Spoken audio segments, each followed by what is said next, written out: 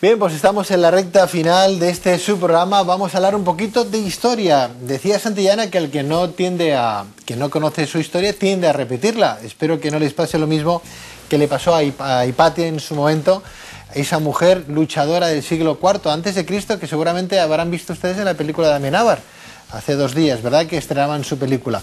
Vamos a hablar con un historiador que conoce perfectamente esa mujer alejandrina que hoy nos visita, con Jordi Mata, historiador. Jordi, muy buenas tardes. Buenas tardes. Bienvenido, Jordi. ¿De dónde era Hipatia? ¿Era Hipatia, sí, el nombre es correcto? Sí. ¿O Hipatia, dónde se pone el acento? ¿En Hipatia tal cual?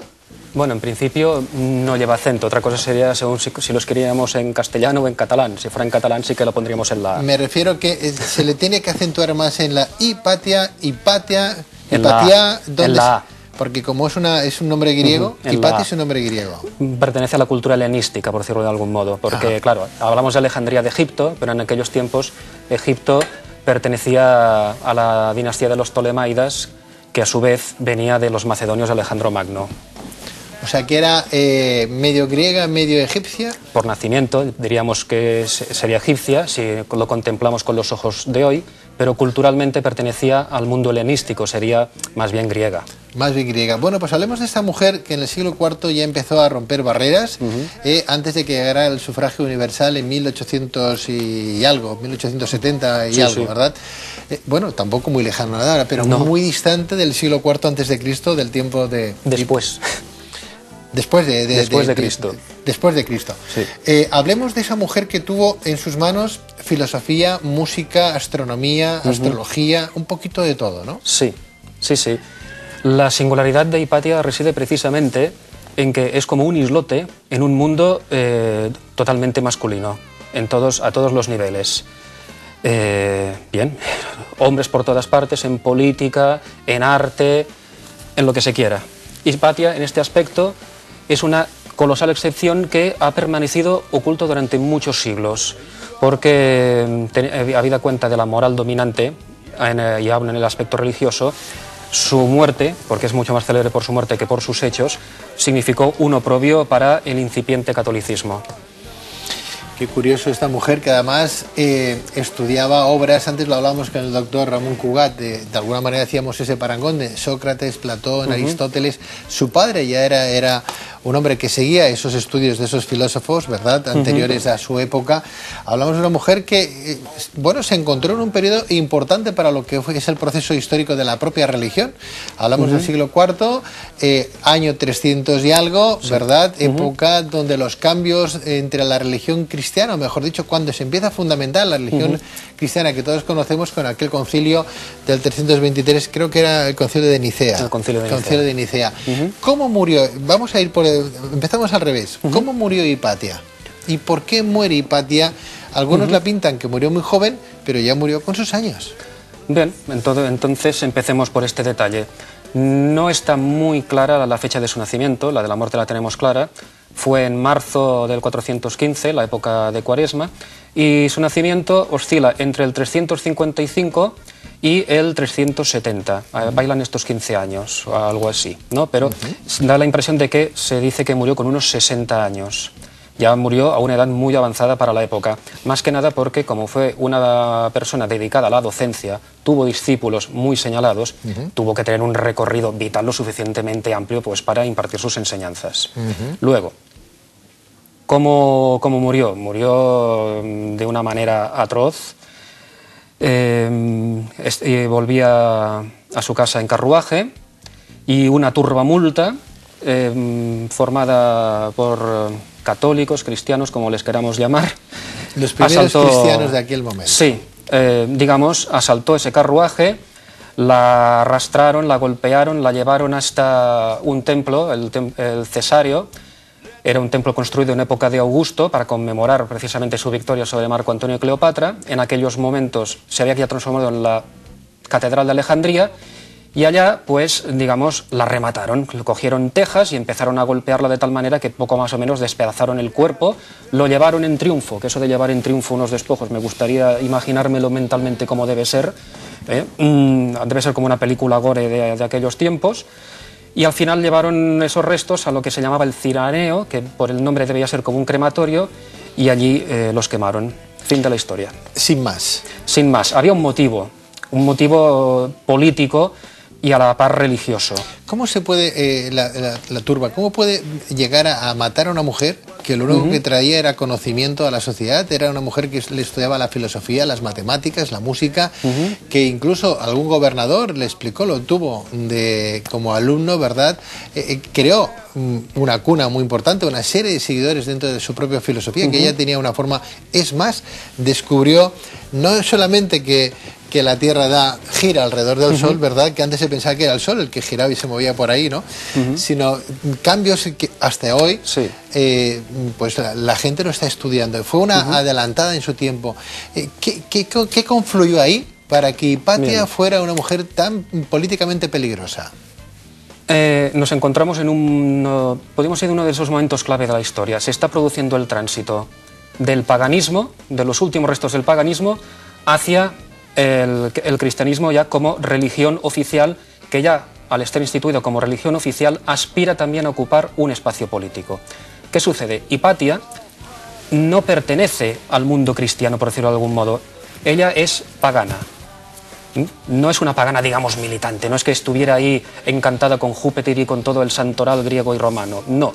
Simplemente no compartía esa cuestión dogmática del primer catolicismo, que era, ahora pensamos en el integrismo islámico, pero el integrismo de los primeros católicos es para echarse a temblar, y solo hay que ver qué pasó con ella. El de los primeros cristianos. Exactamente.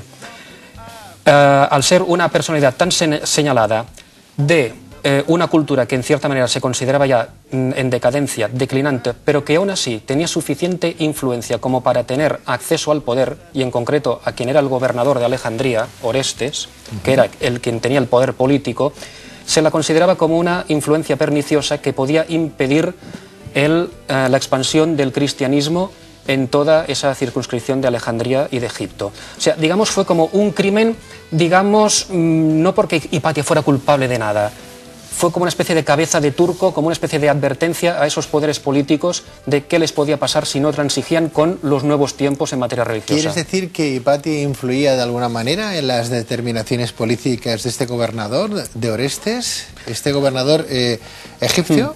Este gobernador romano... Sí, llamémosle romano, porque estamos, digamos, estamos ya en el último siglo de lo que es el Imperio Romano.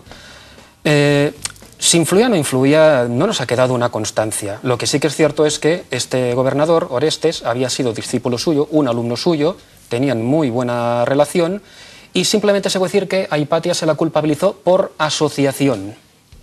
Nada más. Y porque era evidente que ella, como líder de lo que era la escuela neoplatónica, que no comulgaba, nunca mejor dicho el término, con el empuje de las autoridades religiosas católicas, digamos, eso fue lo que produce el cóctel que hace que esa turbamulta la señale como enemigo y se lance contra ella y la asesine. Fue un crimen muy gratuito, la verdad. Crimen gratuito, una mujer que dio su vida por las matemáticas, la filosofía, como estamos diciendo. Una mujer que no se casó nunca, a menos que sepamos. ¿Se casó? Se casó. A ver, aquí hay dos cosas que parece como contradictorias. En la enciclopedia bizantina llamada La Suda, se llama así, consta la historia de Hipatia, que estuvo casada con un filósofo llamado Isidoro, del cual no hay mayores referencias. Pero al mismo tiempo se nos dice que permaneció virgen. Podríamos decir que era una persona que no sentía ningún apasionamiento en lo que se refiere a lo sexual o a lo sentimental, porque toda su fuerza, toda su pasión estaba orientada hacia la enseñanza. O sea, podía estar casada pero ser perfectamente casta, por llamarlo de alguna manera. No obstante, nos ha llegado a nosotros esa imagen, distorsionada por lo que veo, de que murió virgen, una mujer que no tuvo ningún tipo de relación sexual con nadie. Es más, no sé si fue con Orestes, que estaba enamorado de ella, posiblemente. No sé si era Orestes o era otro de sus discípulos. En la película Amenábar creo que aparece alguien que, no sé si acaba siendo gobernador, pero alguien estaba enamorado de ella y ella se saca un día su pañuelo que tenía en ese ciclo menstrual que tenían las mujeres, y manchado de sangre le dijo: ¿te quieres casar con...? Sí, no, le dijo: tú estás enamorado de esto y no es nada hermoso. Y no es nada hermoso. Sí, ella hacía la lectura sexual de lo que podía ser el sentimiento amoroso. Y por lo que por lo visto, no, no hablaríamos de frigidez, no lo sé. Claro, estamos hablando de sensibilidades muy distintas y muy lejanas. ¿Cómo podríamos catalogar a Hipatia en este siglo XXI? Bueno, Hipatia, aparte de que sería una académica de renombre, supongo que estaría dando la vuelta por muchos platos de televisión un poco al estilo del ínclito y realmente magnífico señor Eduardo Punset, por decirlo así, sí, ¿no? Porque era todo un cerebro, un cerebro. La gran lástima es que Hipatia es un poco, es como Sócrates. De Sócrates sabemos muchas cosas porque sobre él escribió Platón. Pero de Sócrates no nos ha quedado nada escrito de su mano. Con Hipatia sucede exactamente lo mismo. Hay constancia de que escribió una obra bastante extensa en lo que se refiere a álgebra, en lo que se refiere a astronomía, en lo que se refiere, digamos, incluso a ingenios sobre cómo pesar el agua, los líquidos, etc.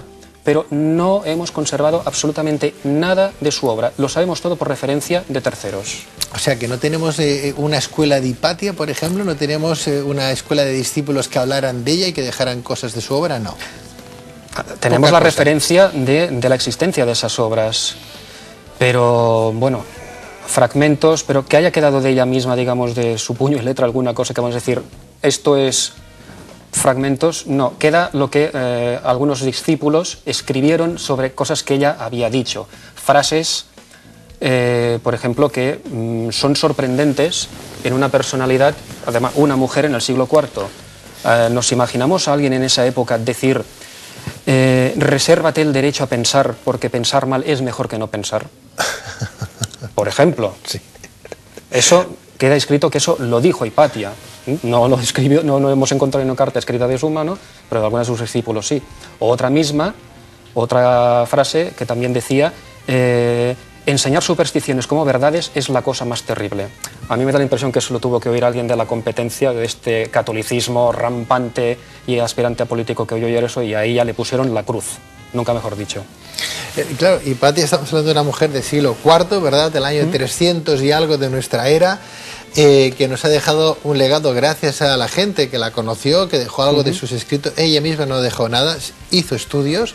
Antes comentábamos lo de la Tierra, de qué manera ella gira alrededor del Sol, ¿verdad? Bueno, ella lo que hizo fue coger la obra de Claudio Ptolomeo, que fue el que hizo la primera concepción del universo de Ptolomeo, que se mantuvo hasta que consecutivamente llegaron Copérnico, Kepler, Galileo y Newton y enterraron todo eso.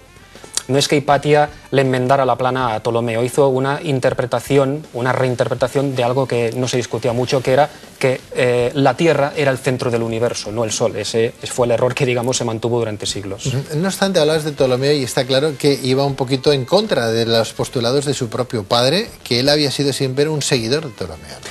Sí, pero bueno, de eso se trata, ¿no? Ya que estamos hablando de materia científica, se trata siempre de avanzar y de revisar lo ya existente para ver si eso es válido o hay algún error que obligue a reformular preceptos, conceptos, etc. Jordi Mata, tú como historiador, ¿qué sabemos del padre de Hipatia?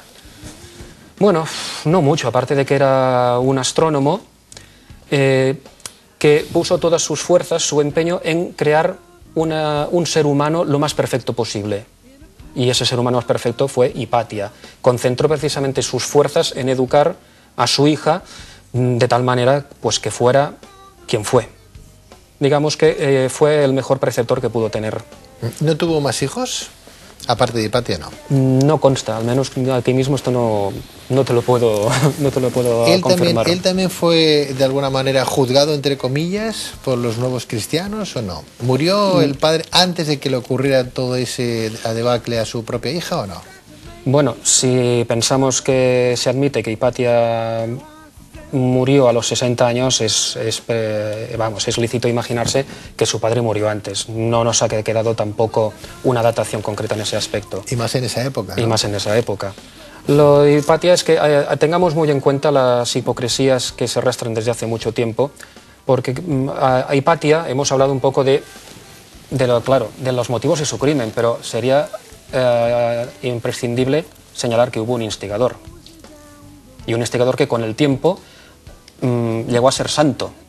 ¿Qué me dices? Sí. Háblame. Bueno, toda esta historia del crimen de Hipatia viene porque había un señor, por llamarlo de alguna manera, y para no ofender a ninguna especie zoológica, que se llamaba Cirilo, que era el obispo de Alejandría. Ante todo pensemos, tengamos presente de que el catolicismo no era esa doctrina unificada como una piña que hoy tenemos tan presente. Nada que ver con lo de ayer. Entonces habían diversas escuelas, diversas teorías, diversas sectas que se peleaban entre ellas. Y una de las preponderantes era la que encarnaba este obispo Cirilo de Alejandría, que era el que pretendía imponer el catolicismo en la zona de Egipto como fuera. Para ello persiguió... ¿El catolicismo o el cristianismo? Bueno, sí, yo a veces admito que en esto me confundo, pero me parece que nos entendemos todos. El cristianismo. Exactamente. Sí, como en religión oficial. Exacto, porque era religión oficial desde el año 380. ¿Qué ocurre? Cuando el cristianismo se convierte en religión oficial, ¿qué sucede? Todas aquellas excisiones y el paganismo quedaban al margen de la ley, eran ilegales, con lo cual este obispo Cirilo se arrogó la potestad de perseguir a todos aquellos que consideraba fuera de la norma. Ya podían ser judíos, podían ser paganos, podían ser herejes, que podían ser perfectamente cristianos, pero no de esta confesión. Bueno, bien, teóricamente, las proclamas de este Cirilo en contra de Hipatia, en contra de todo este sector pagano, fue lo que excitó esa turbamulta que fue la que acabó asesinando a Hipatia. Con el tiempo resulta que este tal Cirilo fue santificado y convertido en uno de los doctores de la Iglesia por todo su corpus doctrinal.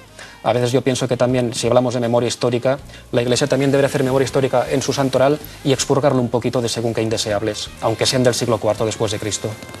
O sea, de alguna manera Hipatia fue juzgada.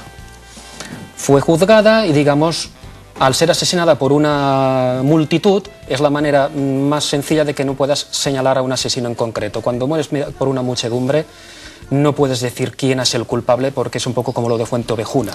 Lo que pasa es que el inductor quedó muy claro y los contemporáneos de aquella época todos acusaron y señalaron al tal Cirilo. ¿Tú quieres decir entonces que desde el púlpito el obispo Cirilo era la mano que mecía la cuna? Nunca mejor dicho. Todos los contemporáneos de aquel siglo IV y posteriores no han dudado ni un... Vamos, hay pocas unanimidades a veces en la historia, y este es uno de esos casos en que diversas fuentes señalan a Cirilo como el inductor del crimen. Cirilo de Alejandría, el obispo de Alejandría, en la época de Hipatia, siglo IV, el año 300... ¿Dónde nos quedamos? ¿350, 360? No, pensemos que la muerte de Hipatia se produce en el 415. El Cirilo fue nombrado obispo de Alejandría en el 412. O sea, ya vemos que desde que asume este cargo hasta que se produce la muerte de Hipatia, son 3 años en los que Alejandría fue un constante desorden por las persecuciones a los judíos, a herejes, paganos, etc. Y a consecuencia de esto murió Hipatia, que, hay que decir, fue tal el escándalo que hubo en el imperio por este crimen, que el nivel de violencia bajó en picado. Digamos que su muerte pacificó bastante los ánimos. Y se pudo, sí, es una de esas grandes paradojas. ¿Cómo no? Si por tener pensamientos a uno lo cuartean, pues uno se calla, ¿no? Sí. Al tal Cirilo, digamos, le pegaron un estirón de orejas lo bastante convincente desde los poderes políticos, pues para que se estuviera al menos un poco quieto. Y eso se demostró en que no hubo, digamos, más crímenes, al menos no de estos tan significados. Jordi Mata, ¿qué tendrá la historia que nos apasiona? Pues porque supongo que la historia ofrece argumentos que, como se dice vulgarmente, superan a la ficción. Es que no hay más, es que de verdad eso de que la realidad supera la ficción es una de esas pocas verdades que creo que son bastante indestronables. Jordi, tú como historiador, hemos evolucionado de hace, pues eso, 1500 años, 1600 años, desde el momento de Hipatia. ¿Hemos evolucionado el ser humano o sigue siendo tan transgresor, por ejemplo, como en esa época, salvando las distancias? Bueno, salvando las distancias, desde luego. Lo que ocurre es que ahora la transgresión, al haberse casi convertido como en una moda, se ha convertido en algo inofensivo. Entonces ser transgresor, ya hemos visto, se pagaba con la vida. Esa quizás es la diferencia. La transgresión ahora la hemos convertido casi como una especie de pasatiempo, y como la transgresión casi es como un espectáculo también que pasa por las cámaras, ya apenas nos sorprende nada. Jordi Mata, historiador, gracias por hablarnos de Hipatia y por estar esta tarde en tu tiempo televisivo. Gracias a vosotros. Gracias, Jordi. Con Jordi Mata también nosotros nos vamos y les invitamos a que estén nuevamente mañana a partir de las 6:30 aquí con nosotros, de 6:30 a 8, de lunes a viernes. Estamos en estas sus tardes, las tardes de Pedro Rivas. Sean felices. Hasta mañana. Adiós.